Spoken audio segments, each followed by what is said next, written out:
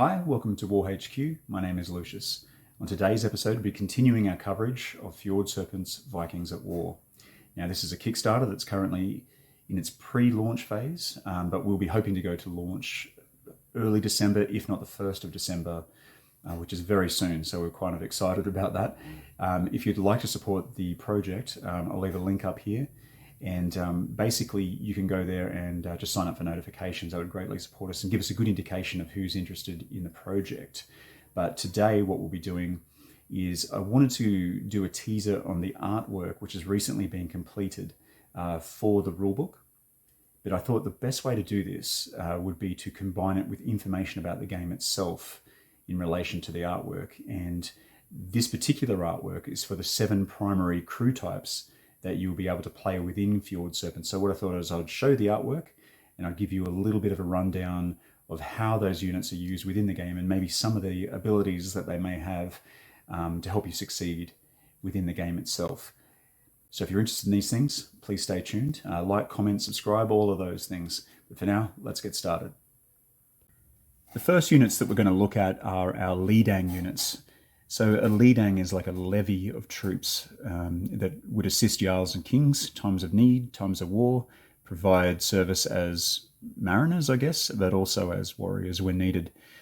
So these guys are kind of like the core of most of your fleets, and they are provided for free as well, which is very good. So each ship comes with a complement of Lidang. So anything beyond that, like your elite and kind of exotic troops, are all upgrades from this. And replace those free troops. Interestingly too, when you purchase a new ship as a blister, you will get its Lidang complement of troops with the ship as well, just so you've always got that base amount of crew to use upon your ships within the game, which is very interesting. But for now, let's start having a look at some of these Lidang troops. So looking at our first Lidang unit, we have the Lidang Spears. Now this is the core of your army, basically. Most of your units that are free or upon a ship are going to be a spearman of some description. Hollywood can be very misleading on Viking culture and history, just as it is with many things, showing warriors always fighting with swords, axes, all these other things. But the truth of the matter is that the majority of warriors or conscripts or anything that was fighting during this era, just as it was from ancient all the way up to Renaissance, is using a spear or using some form of a spear. In later periods, it can be a little bit different, and earlier periods can be a lot longer, obviously, and a lot different again. But the Viking spear comes in a couple of different forms, and we represent both of those on the models that we have.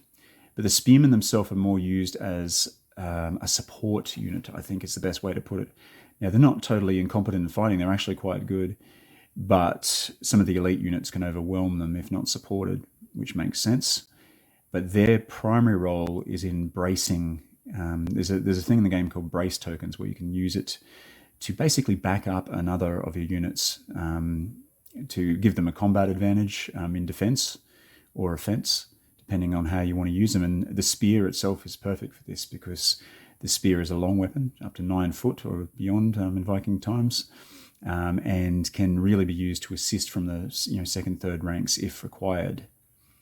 So this bracing is really what the Lidang spears bring to the table and is their primary focus. The first of our Lidang missile units is the Lidang Archer.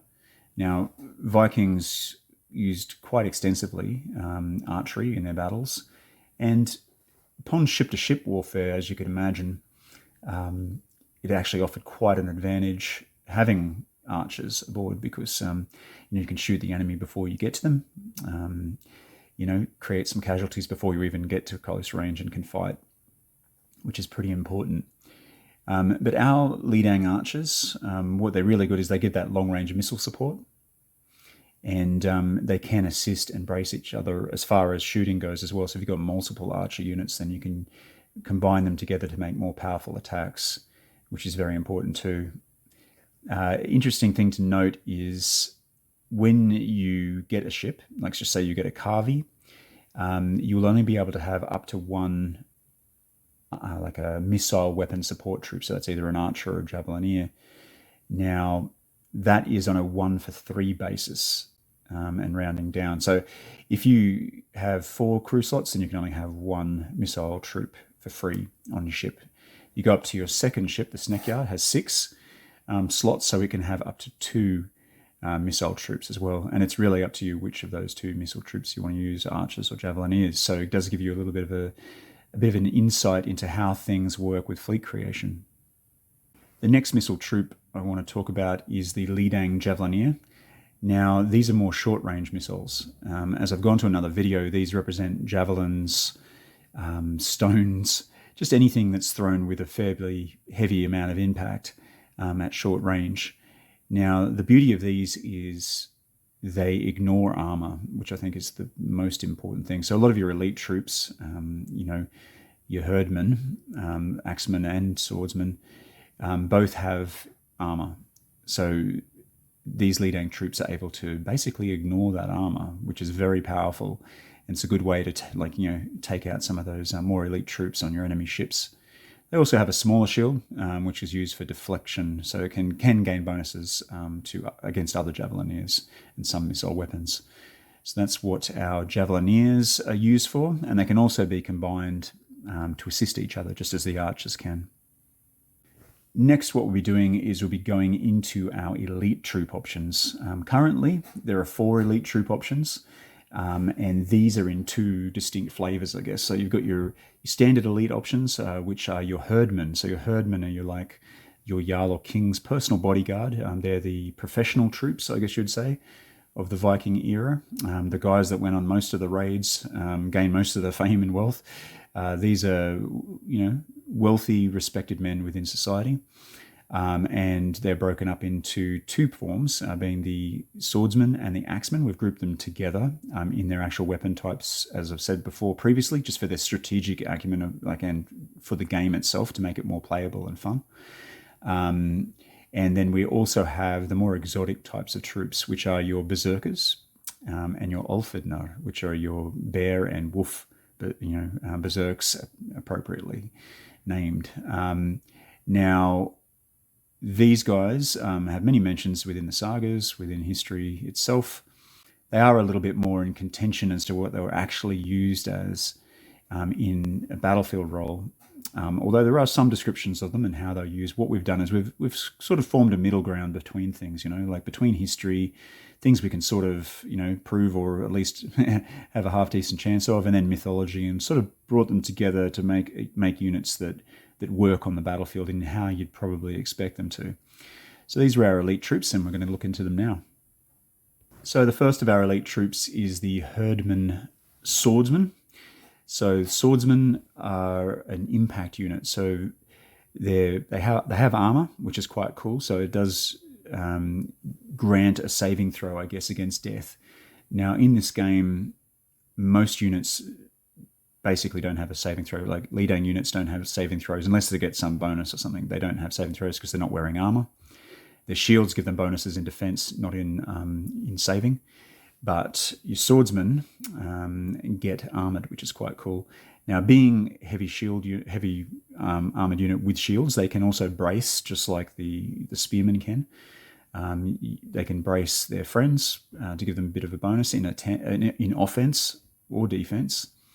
But the main thing that they're really good at and they excel at is they have a skill called impetus. So with impetus, if they are the head of an assault, I guess you'd call it, against an enemy unit that is Lidang, then they will automatically do a wound. Now you'll learn more about this as we go into the actual breakdown of how the game's played. But there's pretty much wounds and there's death. There's not much in between. So having that ability to be able to automatically wound a Lidang unit is quite powerful. And it just shows that sort of offensive punch that these swordsmen can deliver upon lesser armed and equipped foes. Now, very much like the Herdman Swordsman, the Herdman Axeman are armoured. And the good thing about these guys, they're very much like the Swordsman, but they don't have the brace ability or the shield wall ability. So they are a little bit more vulnerable defensively because they don't have active shields. But The way you use these guys generally is to back them up with leading spear units or herdman swordsman units, and that is they really excel. But using them offensively is where they really shine, because they ignore armor, just like javelins with the big two-handed axes. These guys can ignore your opponent's armor, so they're very good at chopping up other herdmen. And yeah, that is their primary role on the battlefield. Now, the first of our exotic units is the Berserker itself, so the bear shirt or the bear Berserker. So what we have here is a pretty insane unit. It's a little bit vulnerable, like both of these units. They're what you'd call glass cannons. They either work spectacularly or they die horribly, which is how they seem to be described in most of the sagas as being used, and their effect on the battlefield, either they shine or they die. And that makes a lot of sense for people that don't have a lot of real care for their own personal safety. Now, the biggest thing that they have is, like, their primary sort of thing is an ability called Frenzy. So with this Frenzy, they're able to attack and then attack again. Now, everything only has one action in this game as far as crew goes, so that's very big. Now, the second attack will happen after your enemy's next action. So if you were to attack, and then the enemy went, and then you can attack again, basically, which is very big. It's, if you don't deal with these guys early, then they can decimate your crew. You can imagine if you had a Kavi ship full of like nice little Lidangs units and stuff like that, you could cut two of these up in one turn if you rolled well and performed well. I guess it always comes down to that. Another thing that they have is a thing called Fearless. Now, this is something that both the Berserk units have, and really it's a saving throw like armor, which just shows that non-care of death and injury that they seem to be described as in the sagas. So it's just something that just brings that in there, just to show you how mean they are, I guess, and just to give them a little bit more survivability, because otherwise they would die quite easily with a very low defense. And they have another ability as well called Savage, which means that their first attack that they do is always considered braced, which is very big. It actually brings your dice from 2 to 3, and it's like having another whole unit behind you. So their first attack is always very strong, and then the second one will just be normal, which makes a lot of sense too, because they're working on that sort of initial impact and savagery that they have. Last unit we have to go through is another one of the exotic units, and it is the Ulfender. So this is the wolf skin berserkers, that particular variety. They have some things in common with the berserks. They have the Fearless ability, so like them, they're a little bit immune to damage, and that's reflected in that ability. They also gain something that the swordsmen have, the herdman swordsman, which is impetus.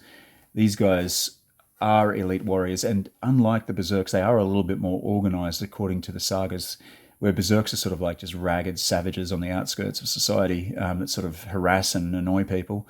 The Ulfender seem to be more of an elite troop in themselves, so it's reflected in their skills. And they have that impetus ability like the swordsman, where they can wound Lidang units if they're not lucky. But their main ability, and this is the one that really strikes home, is called Strike First. And Strike First, if you're attacked by an enemy, then these guys can immediately strike first and strike before that enemy, giving them a chance to kill them or disable them before they get attacked in return. Very powerful ability. And these are reflected, the Berserks and Ulfender, it's reflected in their points cost, just how they are, you know what I mean, and their ability. So they're either, as I said before, they either work amazingly or they die horribly, but it's reflected in their points being the most expensive of the troop types and upgrades that you can get. The more reliable ones, the more well-rounded ones are the Herdmen, Axeman and Swordsman, but the Berserk and Ulfender are some really nasty stuff if you can pull it off. So that's a wrap today. Thank you so much for taking the time to make it this far in the video if you have. That's just a little taste on the crew that are in Fjord Serpents, how they could be used, and some of the artwork that we're going to be putting in the book, which I'm sure you agree with me is pretty amazing. But if you'd like to continue conversation about this, then please feel free to comment down below. You've got questions about the project or anything, please let me know. We also have a fairly active Facebook group at the moment. If you are interested in that kind of stuff, then please direct your attention over there. There's a link down below if you want to join up to that. But for now, thank you for your time. You're you, I'm me. Let's all be happy.